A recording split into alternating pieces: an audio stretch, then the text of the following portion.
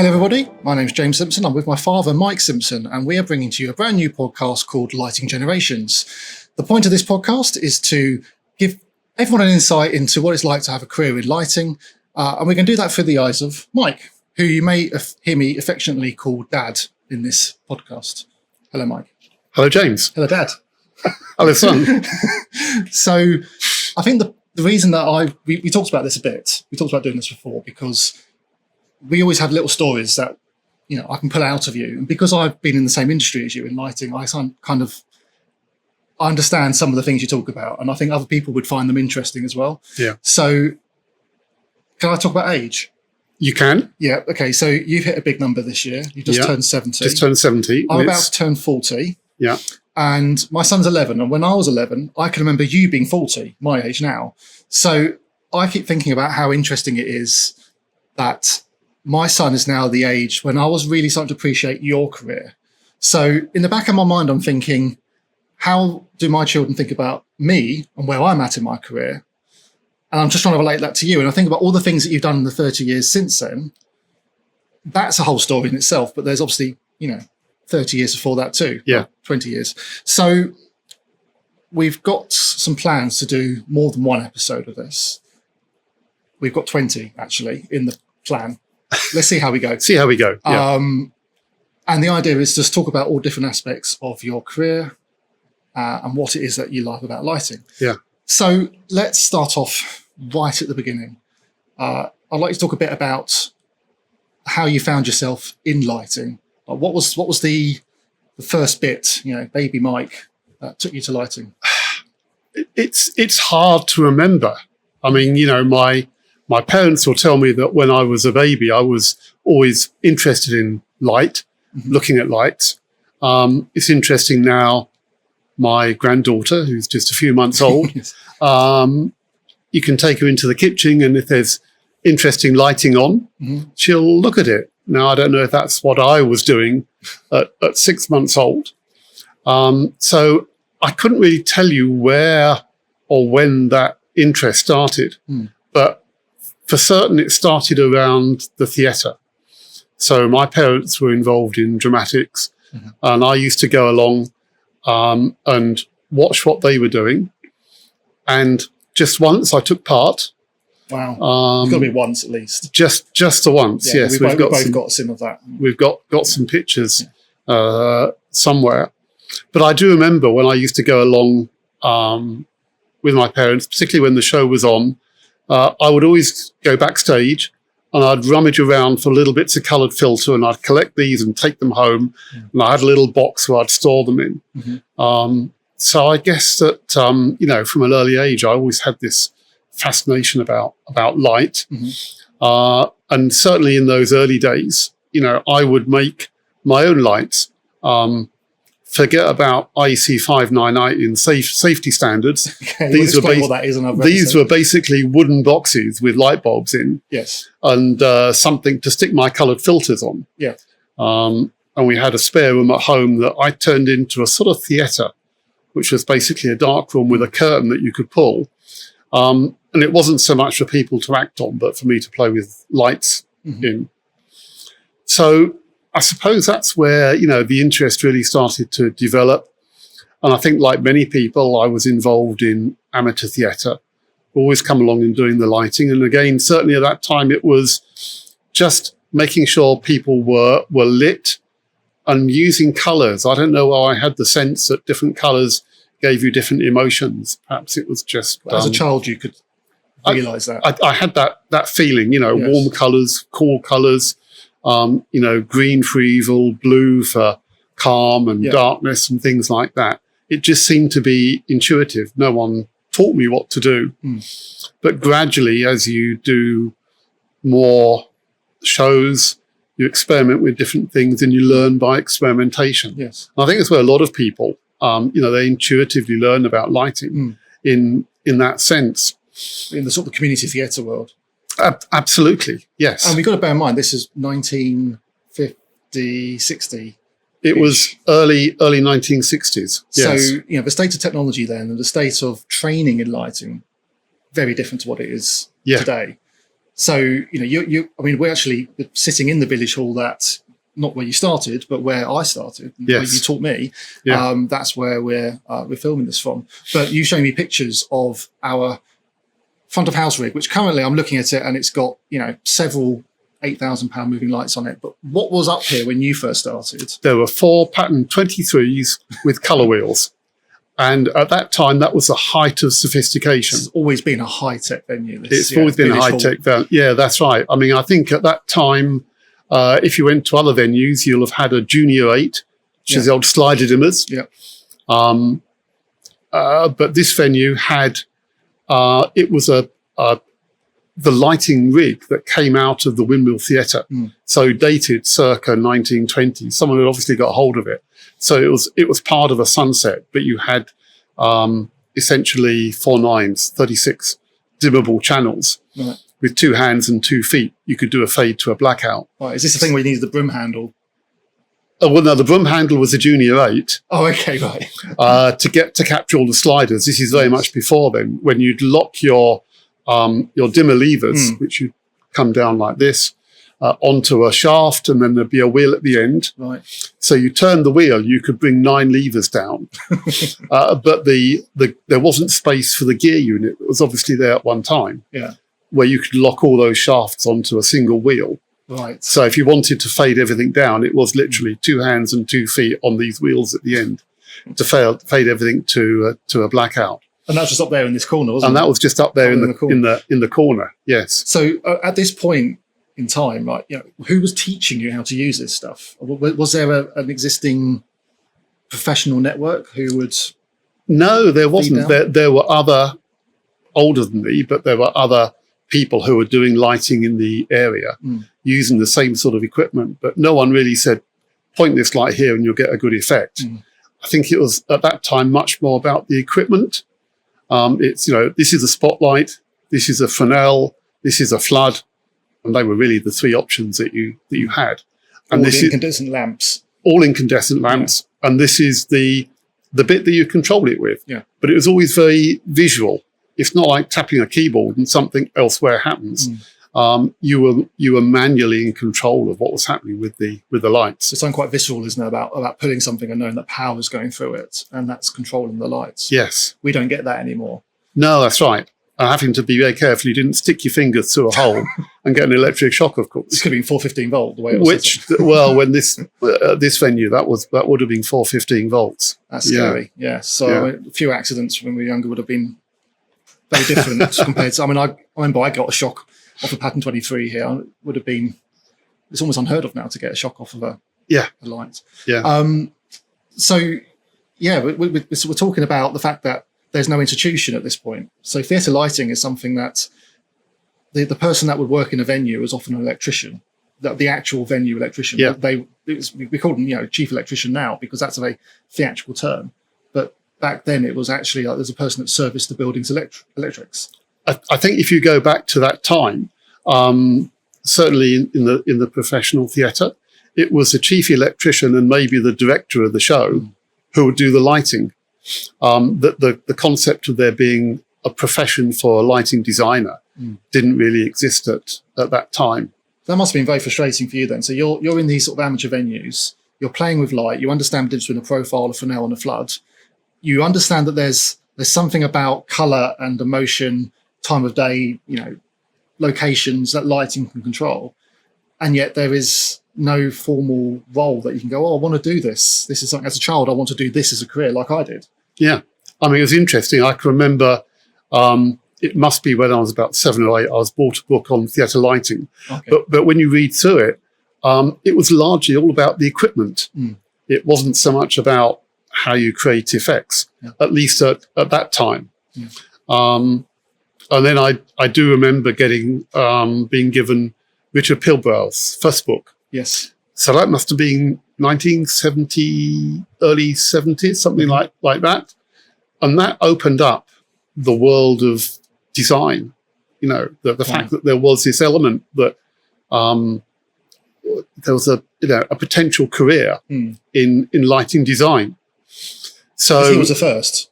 Well, He was the first ever theatre lighting designer, really. I think that took it seriously. Yes. That made that transition from it being an equipment-based job to something where the lighting is helping to deliver the emotions of a story, of a play. So I think from that, I thought, well, I'd quite like to maybe do this as a career. But specifically theatre lighting. But specifically theatre lighting. And through this book, I discovered an organisation called Theatre Projects that Richard had only recently founded. Yes. And I contacted someone in Theatre Projects and went up, and they did a little bit of career mentoring. And they said, well, if you want to go into theatre lighting, here are some options. We as Theatre Project worked with LAMDA. Okay. So I wrote to LAMDA, applied to the course, and got accepted. I also got accepted into Guildhall. But you didn't do lighting. It was a stage management course in which there was one lecture a week on lighting. There's another one on stagecraft. There's another one. Actually, there were also acting lessons as part of that course. So there wasn't anything that was just purely dedicated to lighting, but it was as close as you could get. I mean, there's so many things to unpack in that, because I'm just thinking, like, one thing that's of the times now is that you can't provide access to somebody that's writing in. We don't write anymore, but somebody that's like messages in and says, "Oh, can I come and have a chat because I'd really like to have work experience with you," or something like that. We don't do that anymore. Well, they're trying to discourage it because it reduces access, but you would have not had that opportunity if you couldn't have just written into Theatre Projects and then been introduced to all these other avenues you could go in. But also the fact that at the time the training that was provided was so generic that didn't actually appeal to you. Well, is that what I'm hearing? No, because I was all set. I was all set to go off, and I think I was probably going to go to LAMDA. That was the one that appealed to me most because of the Theatre Projects connection. Although I didn't understand, to be honest. I've just finished reading Richard's book about the National. Yes. The third generation of Richard's book. The third generation of Richard's book. Yeah. And I didn't appreciate perhaps at that time how strong that connection was between TP and LAMDA, and how much TP as an organisation and people like Richard and the other people there were mentoring people to come into the industry. That wasn't immediately obvious. You were one of those people. I haven't realised it until you read the book. I hadn't realised until I read the book. The book that came out literally 6 months ago. 6 months ago. So now at the 70th year, you're starting to realise that actually you were one of the people that Richard Pilbara was trying to encourage into the industry, a lighting design profession in the theatre. And actually, he did, but not in the theatre. Yes. Yeah. I wonder if he ever knew that. Yeah. So, in parallel to that, so this was where I was. I was coming up to my A levels, and one day our teacher came into the sixth form common room and said, "Are any of you guys, if you put your UCCA applications in?" UCCA. So what's UCCA? And he said, "Well, university." And I was at a what was called a secondary modern, 11 plus failure. So went off to a secondary modern. You were 11 plus failure? I was 11 plus failure, yes. So that means you failed your 11 plus? I failed my 11 plus. So I didn't go to a grammar school or a technical college. I went to what was then called a secondary modern. Right. So it's where all the people who'd failed their 11 pluses went to. Hang on, sorry. I need to. This is news to me. So your secondary school, 11 to 16-year-old period, that's your 11 plus era. Yes. So that was a modern secondary school. It's called a secondary modern. Secondary modern. Yeah. And at the end of that, you failed. No. I failed at 11. Oh, at 11 years old. I failed year 11, right. my 11 plus. Right. So instead of going to a grammar school, I went to a secondary modern. Okay. How did that feel at the time? It was fine. My friends were there. Yeah. And I don't know how much I failed the 11 plus by, but I was in, well, no, actually the first year we were just arranged alphabetically. Yeah. So I was in the sort of M to Z class by surname, Right. if you like. But then at the end of that first year, I was doing reasonably well, and got into the top stream. So I then carried through my secondary school in the top stream, which I think for me probably was, better to be maybe at the top of a lower school than at the bottom of another school. But it didn't feel like that. Yeah. We all had the same ambitions. We all sat our O levels, and at that time, now GCSEs, which is now GCSEs, and at that time, it was always a little. I was always perhaps on the technical rather than the not creative side, but the language and English side. Yeah. So I did maths, physics, and engineering drawing. Yeah, always came to you for the maths and the physics help, and mum for the English help. Yeah, that's right. Yeah, yeah, and same with the grandchildren. They come to me for the maths and the physics. So anyway, I thought, university. I hadn't really even thought about it. So I started to look through prospectuses, and the other thing that was an interest in mine was sort of the electrical engineering side. Always being interested in electricity and what it could do. So I was browsing through some courses, and I think I decided that I wasn't going to move away from home. I was going to stay at home. So I was looking around London at university courses. So there was it was London University. I looked at City University. They had electrical engineering course, and then this prospectus landed in front of me, and I honestly can't tell you why or how. But for a place called South Bank Polytechnic. Which is now London South Bank University. Which is now London South Bank University, yeah. And I went, oh, they do an electrical engineering course. And I started to look through this prospectus. And in the last years, you could specialise in lighting. And I went, oh, this is interesting. Because the theatre was, I say, still very much an emerging profession for designers. Yeah. But here was a course that was associated with electrical, which did lighting, didn't really have a full comprehension about what the lighting was. And I thought, well, maybe as a career option, this is a slightly better one. So that was one of those crossroads. You often say, well, if I went back to 18, I could have gone in the theatre, but I didn't. I went off in this direction to do this course at South Bank. And at that time, it was quite popular to do thin sandwich. So you did 2 terms at uni or Polytechnic. No, you did 2 terms. So you did like so you did, October through to April. Right. And then you had to work in industry for 6 months. Right. So it's a 4-year course. And over those 4 years, you had to have accumulated 18 months industrial practice. I suppose, it's like an apprenticeship now today. Clever. I think that worked really well today.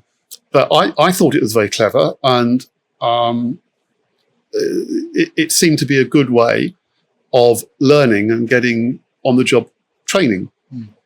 So I went for the interview at South Bank, got accepted, and they said, if you're interested in doing the lighting course, then when we say all of our students, I think there was only 5 of us doing the lighting course. I mean, just to put it into perspective, our year doing electrical, there's about 25 people.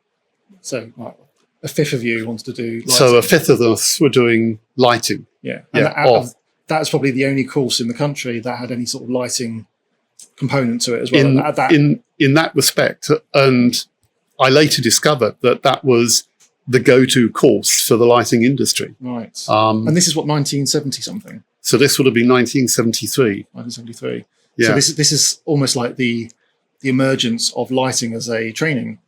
Yeah. That was probably one of the first courses, and you were one of the first students to do lighting as a subject. Well, no, there were people. The course had been running for a few years before I got on it, because I was later to work with people that had done the course earlier. Right. So they were, they became almost like mentors. Okay. They go, well, you're doing what we did, and we want to help you. We found a good career. So they said, right, so mostly our lighting students are sponsored by Thorn Lighting. So at that time, Thorn Lighting were making the whole range of lighting equipment that you'd have for road lighting, for tunnel, for airport lighting, Right. visual approach slope indicators to help aircraft land, all that sort of thing, as well as interior lighting. They also had a theatre lighting division making a product called Q-File. Oh, yes. Yeah. So this was at a time when Strand, I think, was struggling to produce a memory desk. And the BBC wanted a memory desk for their new studios in West London. Yeah. And they got to the point of saying, we're not getting anything from Strand. Thorn, would you develop something? So they'd never done theatre lighting before, but they went in there and created a They set lighting up a console. division to create the Q-File lighting desk. And I suppose just put this into context, 1973, I mean, this was pre-Apple. This was yes. early days of Windows, Yeah. computers. I was wondering if BBC Micro, would that have been... Okay, well, to put it into perspective, the big innovation when I started to go to university in 1973 was the Sinclair 4-function calculator. Right. So you could do plus, minus, times, and divide, and it had a memory function. Right. And it had an LED display, and if you ran it for more than about 3 hours, the batteries ran out, and you had to replace the batteries. But that was a real innovation, because before then we were using log tables to do our multiplications. multiplication of big numbers. Wow. So for Thorn to say, yes, we'll make you a lighting console for the BBC, I suppose, national institution, so it's something they want to do. That was quite a that was almost like sending man to the moon. I mean, same era. Yeah. You needed to create a whole new piece of technology that's for a very niche industry. Yeah. So you went to work for Thorn as So- your sandwich. So my industrial training was at Thorn. So I'd do 6 months at uni, and you take your exams, and then the first 6 months I went into, and I never appreciated the value at the time. It was the apprentice training workshop. So basically, the first job you were given was a block of metal, and you had to file it square. Yep. And then gradually, over 6 months, you learned how to use the lathe, the milling machine, arc welding, making your own printed circuit boards, designing circuits, a whole range of engineering skills. Yes. And there was about 50 people in that training school. Right. Most of them were doing an apprenticeship, but students like myself doing different courses would come in and do a 6-month period in the. So it's like a module that you do that sort of bolts onto the degree. Well, the university just said you had to have industrial experience, Right. and you had to have it signed off. Okay. So some people just went to work for a company, and I don't know, maybe they swept the floors a little bit and they did other things. I was very lucky that I went into a more formalized training program that Thorn were running at the time. Right. And I think actually they were getting a fairly hefty government grant Okay. for doing it, Yeah. which was the other advantage. There was a thing called the EITB, the Engineering Industry Training Board, that if you were running courses under their auspices, then I think there were tax advantages and all sorts of other things. But I mean, at the same time, like when people criticise these sort of grants and funds the government does today, they don't appreciate that, 50 years ago, Well, one of those supported you. they were training 50 people who ultimately would go into the business, Yes. into all aspects of the business, whether it was, washing machines or televisions at that time, or domestic appliances, or into lighting. So my second industrial period, I went to work in fluorescent lamp development. And I can remember the first 2 weeks, I think some of the old lamp making machines they'd put into a training centre. And literally the guy was, telling us how all these worked. And he turned all the valves off. So every burner had a valve for gas, oxygen, Right. and air.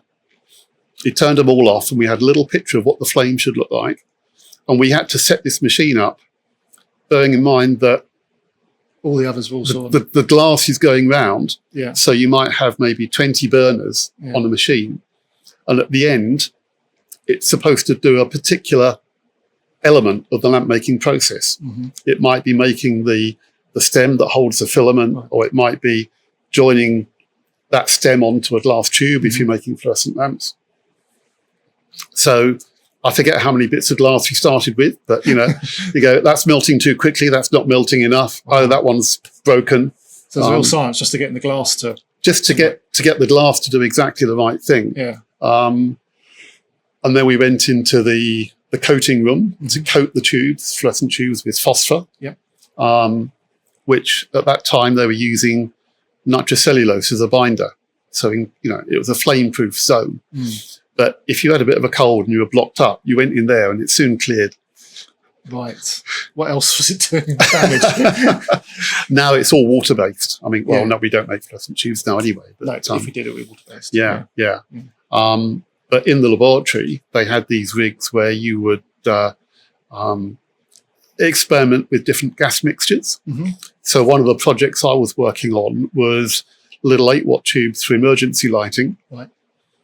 Because what really mattered was getting the most amount of light for the power, because they're all driven by battery. Yeah. So we were experimenting by mixing the green phosphor that was very efficient with a white phosphor and seeing what percentage mix would give us the optimum light output. So you were literally mixing chemicals together. So we were mixing phosphors together to try to find the most efficient. So so the guy in the phosphor lab would say, right, this is a 80% white, 20% green, which we'd mix together, coat the tube, pop down to the factory, run these tubes through the factory line, take them back, and then measure the light output. Then we'd try that with a 30-70 mix. Yeah. So that was one of the projects I can remember. That's fascinating, because now efficiency is very important, not for the reason it was then. Yeah.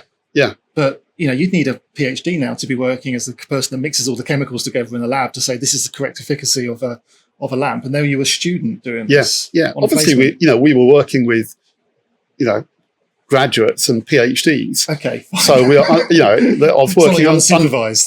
No, not unsupervised. No, it's working under direction. But it's fascinating to be at that, that sort of tip of the point there with the light. Yeah. This is, going from, when you were interested in, how do colours change the feeling of something on stage, and now you're looking at how do you mix a green and a white phosphor chemical to create more light, a different type of light, a different use of light. Yeah. And I suppose at that point, were you like, this isn't the lighting I wanted to do?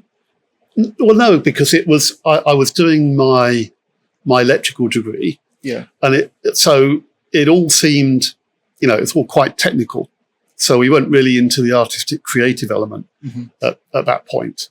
But I was working in what was then, they had a brand new laboratory block that had been built for Thorn Lighting, opened in 1976 by Harold Wilson, the then Prime Minister. And I can remember somebody took a photograph of him looking through a microscope with a caption, "No sign of the economy improving then." Yes, we could use that one again now. Which you could use. So I was in an environment, because you didn't just stay in your own lab. And you'd wander up and down, and you'd see people in the other labs who are doing photometric measurements. There was a colorimetry lab. And again, at the time, I hadn't realised, but the people who were running these lamps were, they were icons in the industry. Who? Well, I mean, if you've heard of names, I mean, there was Ron Simons, right? Lou Beddox. Okay. In the colorimetry, there's Margaret Halstead. I mean, there's all people who were spearheading that element of lighting. And some of the other students that I was, connected with were working in these other areas. So sometimes you'd pop down and have a chat with one of the other students. So what are you working on? Oh, I'm doing this today. Oh, that's interesting. And then when I went back during that time, I met a guy called Bob Bell. So Bob had done the same course that I did 6 years earlier. Okay. So he said to me, when you come back for your final term, let me know, and you can come and work in our team. And they were working in application research. Right. And Bob was great at getting you involved in stuff. So one week we came in and he said, right, we've got the CIE, which is the International Commission for Lighting. Yeah. Said we've got their Glare team are coming in here for 2 days. We've got these 2 booths, and they're going to do glare assessments on lots of different types of lighting equipment. So mirror louvers, prismatic diffusers, opal screens. And my job was, while they were in doing their assessments in one booth, to change the lighting in the other booth. So they'd finish that, go off, have a cup of tea. Yeah. They'd go into this booth. Like a scene change. And make their assessments. Yeah. And then go back into the other. Yeah. And we did this for 2 days. Right. And what I didn't appreciate at the time is that work was some of the fundamental work that was done in what we now know as the UGR, Unified Glare Rating. I remember that. So that was, one interesting experience. And this is still while you were at uni? I was still at uni. This is your placement still? This is my final placement at Thorn. They had just won a contract with the Transport and Road Research Laboratory to do road lighting measurements, because they wanted to try to assess what the effect of road lighting was on accidents. So the Thorn bit was to go out and measure lighting, and the government part was to provide the accident statistics. Measure the and then they put them together. So one night I was out with the Thorn van measuring road lighting at night. Yeah. Road lighting, lighting measurements. Which now you do with the calculation software. Well, yeah. I mean, you still go out and measure, but it's done. I mean, in those days, how do we do it? With a luminance camera and scanning the road. And then the other thing that I can remember was at that time there was a City and Guilds in illuminating engineering, right? Which was run at Tottenham College, and I think the reason it was run at Tottenham was it was very close to Thorn. Right. So a lot of people from Thorn were doing this course, including some of the full-time employees. Right. Good to know that training in the job is always a thing. Right? Yeah, and it should still be again today. Absolutely. Yeah. So Bob was one of the lecturers, one of the teachers on this. Right. And so one day he said, Tuesday night, he said, that's my night teaching. He said, do you want to come along? I went, yeah, I'll come along, see what's going on. He said, well, what are you going to teach? I went, you want me to teach something? You to teach? Yeah. So I said, well, we've just done this bit about zonal flux calculations and things like that. I said I could do that. And he said, yeah, that fits into the curriculum, all the rest of it. So that night I went along and I taught a module, or taught a lesson at Tottenham Tech to some of the full-time employees at Thorn. It's just a lovely story. How did they respond to it? Well, I think their reaction was, oh, Mike, we thought you were still a student. We didn't realise you were a full-time employee here. I went, no, I'm still a student. Still a student. But what's nice is that Bob gave you the opportunity to do that. Absolutely. And if you don't have somebody that, will put you on a pedestal, I mean, he's probably a much better manager because he was supporting people like you. Yeah. Than somebody who goes, well, you stay down there and I'm going to promote myself. Yeah. That's a lesson that we're going to come to in other episodes, but that's a lesson that I think you've taken in to your work. Yeah. So Thorn then must have been the obvious choice for a career. It was, except 1976 was sort of the end of the 3-day week. Right. And as I said earlier, typically they'd have 50 apprentices and students finishing their whatever it was they were doing. The apprentices finishing their workshop training and the students finishing their degree. And mostly they would all get jobs somewhere in the organisation. Well, the year before, they only offered one placement out of all of those, just because of the economic situation. Right. So it wasn't a given. But I think because I'd done this course at South Bank, they were keen. And I know the training manager said, the year before, or the 2 years before me, I think someone called Peter Lemonque, who's still around, I still see. He was working for Thorn in their design office in Manchester. They said, we'd like to do the same for our design office in Glasgow. So there's an opportunity to join our design office in Glasgow. Would you like it? So I went up for the interview. And as a job, it was fine. But the Thorn office was in the middle of an industrial wasteland in Glasgow. It had got a sort of warehouse attached to it. And I think it was a little box, these are the designers up here. Yeah, far away from home. Quite far away from home. And at the same time, through all the different lighting societies, my lecturer was David Pritchard. So many people who studied in lighting will know David or have heard of David. Mm-hmm. They'll have used his textbooks. Right. And also John Frost, Right. who also, they were running the industry training courses. Yeah. So they were, again, two names that were known outside of the Polytechnic, but they were two of my lecturers. Right. Anyway, I think David was talking to, it later turned out, Bill Carlton. So you remember Bill? Yeah. Who was then running the design team at Philips. Yeah. And Bill said, Philips are looking for someone in their laboratory. So they told me. Mm-hmm. So I got in touch with the laboratory manager, which was based in Croydon, on the Philips television site. They've got a little corner, and that was where they did photometric and all sorts of other testing of lighting equipment. So close to home. Close to home, a few miles away. Yeah. And the guy running it was Terry Collins. Right. I can remember. So I phoned up Terry, and he said, yeah, we must meet. I said, well, let me know. He said, well, where? I said, well, I'm at South Bank. Well, so I said, I'll come up. So he drove up to South Bank. Wow. We found an empty lecture room. We had a chat for about an hour. Yeah. And he said, do you want to see the laboratory? So you drove back down to Croydon? So we drove back down to Croydon, went and had a look around the laboratory. Yeah. And they offered me a job in the laboratory. And that's... No HR, no, No.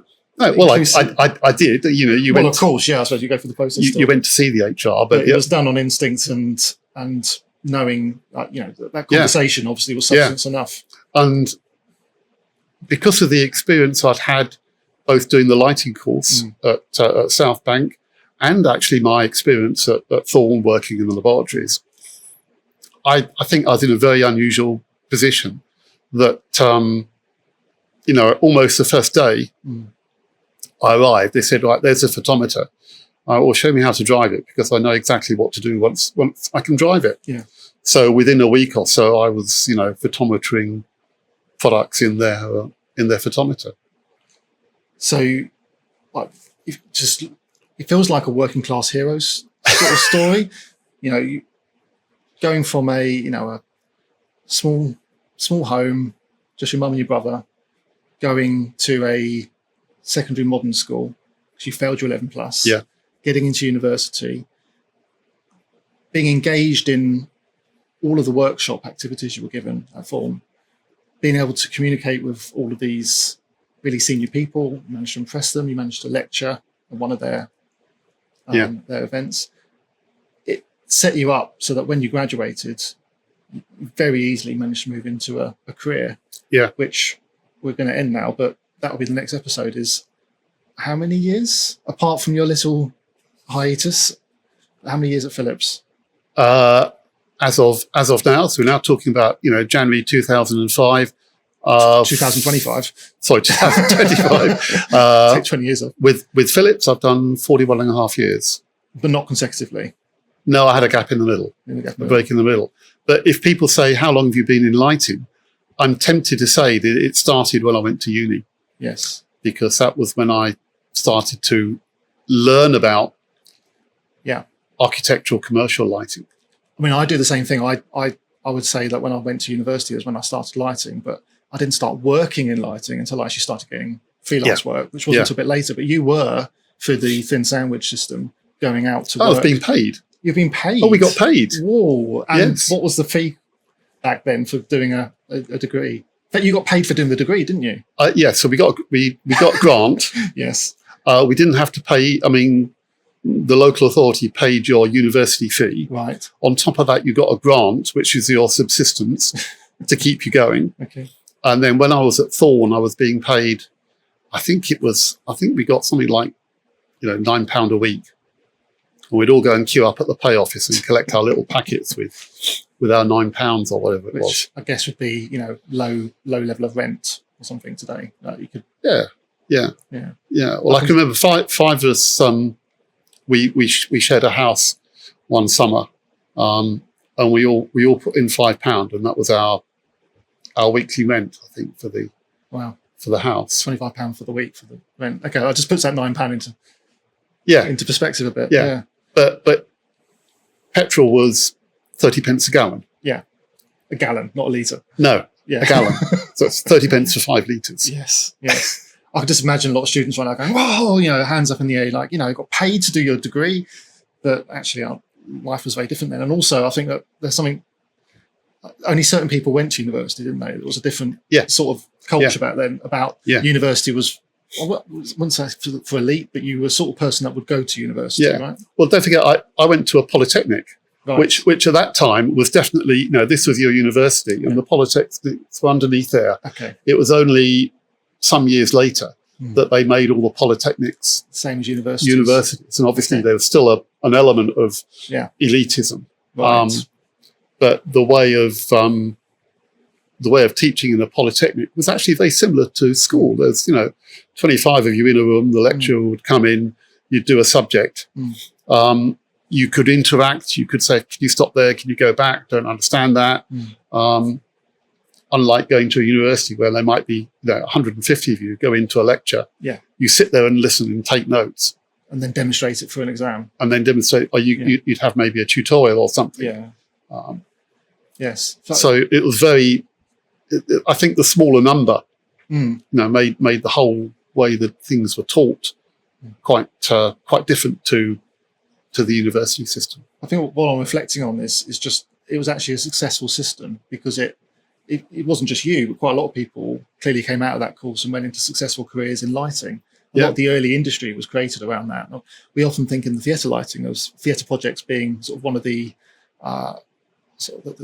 the birthplaces of theatre lighting designers, because after Richard Pilbrow created theatre projects, people left there and split across and started creating all these new lighting design careers. And the same thing happened in architectural lighting, lighting design, didn't they? With I can't remember the name of it. Want to say LDI? LDP. LDP. Lighting Design Partners. Yeah. They all split off and created new practices, and that became like the sort of the seeds for a new industry. Yeah. And I feel like this little hub around the Thorn workshop, it seems to be quite a lot of you. That's all.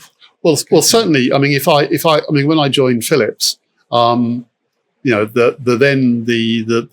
technical manager who I worked for through a chain, if you like, he'd come from GEC, and at that time, in his era, GEC were the people that had done all the training in lighting. In my generation, it was Thorn.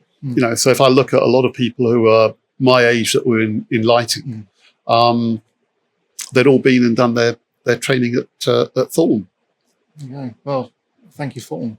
Well, and also just those systems working. It's a credit. But for me, when I look back, I'm absolutely convinced that this mix of practical, on-the-job training and the theoretical, education going together is absolutely the way forward. And that's why I'm very passionate these days about the apprenticeship system, where people can train and they can get the academic qualification, but they're also getting that hands-on training. And those two going together, I think is a perfect storm. Yeah, that's something we both agree on, definitely. So we're going to leave it there because I think that's enough for one episode. And we've got a lot more to talk about. So we have. We'll do some Look more. forward to it. Thank you.